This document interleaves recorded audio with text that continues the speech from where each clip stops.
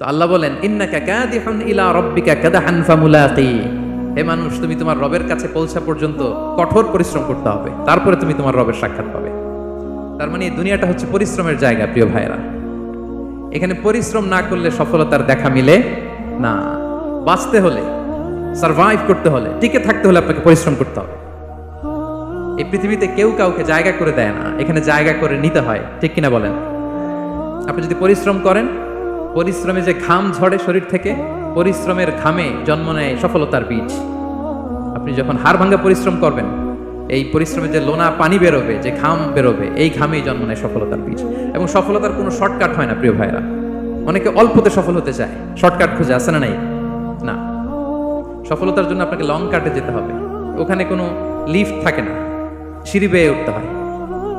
অনেকে চায় যে সফলতার লিফটে উঠবো, সুইচ চাপবো, সাকসেসফুল ইন লাইফ। না, এত সহজ না, আপনাকে সিঁড়ি বেয়ে উঠতে হবে। তাহলে পরিশ্রমের কোনো বিকল্প নেই। এই দুনিয়াটা হচ্ছে পরিশ্রমের জায়গা, সংগ্রামের জায়গা। আপনি সফল হতে হলে আপনাকে পরিশ্রম করতে হবে, করতেই হবে। আর পরিশ্রমে কোনো লজ্জা নেই। আমি বিভিন্ন আমার আলোচনায় বলি, কাজে লজ্জা নেই। কিসে লজ্জা নেই? আওয়াজ করে বলুন সবাই। কাজে লজ্জা নেই। লজ্জা হচ্ছে অলসতায়, লজ্জা হচ্ছে হাত পাতায়, লজ্জা হচ্ছে অকর্মণ্যতায়। কাজে লজ্জা আছে? লজ্জা কিসে বলেন সবাই? লজ্জা হচ্ছে অলসতায়, অকর্মণ্যতায়। যারা কাজ না করে ফুটানি মারে, ওইটাতে লজ্জা। অনেকে আছে ফুটানি মারে, আছে না নাই? কাজ করে না, সব ফুটানি, এই ফুটানিতে লজ্জা।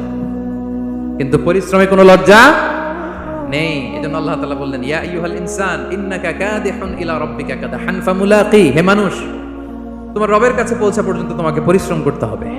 হাড় ভাঙা পরিশ্রম করে আমার কাছে আসতে হবে, তবেই সফলতা মিলবে। অন্য আয়াতে আল্লাহ তাআলা বলছেন, লাকাদ খালাকনাল ইনসানা ফি কাবাদ। নিশ্চয়ই মানুষকে আমি কষ্ট এবং পরিশ্রম নির্ভর করে তৈরি করেছি। এই পৃথিবীতে টিকে থাকতে হলে তাকে পরিশ্রম করতে হয়, কষ্ট করতে হয়। এবং দুনিয়ার এই সাইকেলটা যদি দেখেন, দিন এবং রাতের যে সাইকেল, রাতকে আল্লাহ বানিয়েছেন ঘুমের জন্য, রেস্ট নেওয়ার জন্য, বিশ্রামের জন্য। আর দিনকে আল্লাহ বানিয়েছেন কর্মচঞ্চল করে, কাজের জন্য। দিনের মধ্যে কর্মস্পৃহা আছে। আল্লাহ তাআলা সূরা নাবাতে বলছেন, ওয়াজআলনান নাহারা মাআশা। আমি দিনকে বানিয়েছি কর্মচঞ্চল। দিনে আপনি কাজ করবেন, হাড় ভাঙা পরিশ্রম করবেন, তবেই সফলতা ধরা দিবে। ঠিক কিনা বলেন? তাহলে প্রথমে আমরা জানলাম এই পৃথিবীতে পরিশ্রম করতেই হবে, পরিশ্রমের কোনো বিকল্প নেই। সফল হতে চাইলে কি করতে হবে? আওয়াজ করে বলবেন, কি করতে হবে? এবং ইসলাম এই পরিশ্রমকে উৎসাহিত করে। পরিশ্রমের মাধ্যমে যে ইনকাম, এটাকে উৎসাহিত করে।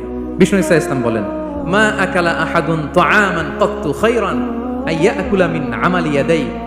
মানুষ পরিশ্রম করে, তার দুই হাত দিয়ে উপার্জন করে যে জীবিকা নির্বাহ করে, এর চেয়ে শ্রেষ্ঠ জীবিকা পৃথিবীতে আর নেই। আল্লাহু আকবার। আপনারা যারা কষ্ট করে ঘাম ঝরিয়ে উপার্জন করেন, এই পৃথিবীতে এর চেয়ে শ্রেষ্ঠ উপার্জন আর হতে পারে? পরিশ্রম করে ঘাম ঝরিয়ে আপনি যে রিজিক এর বন্দোবস্ত আপনার হয়, এই খাবারের চেয়ে শ্রেষ্ঠ খাবার পৃথিবীতে হতে পারে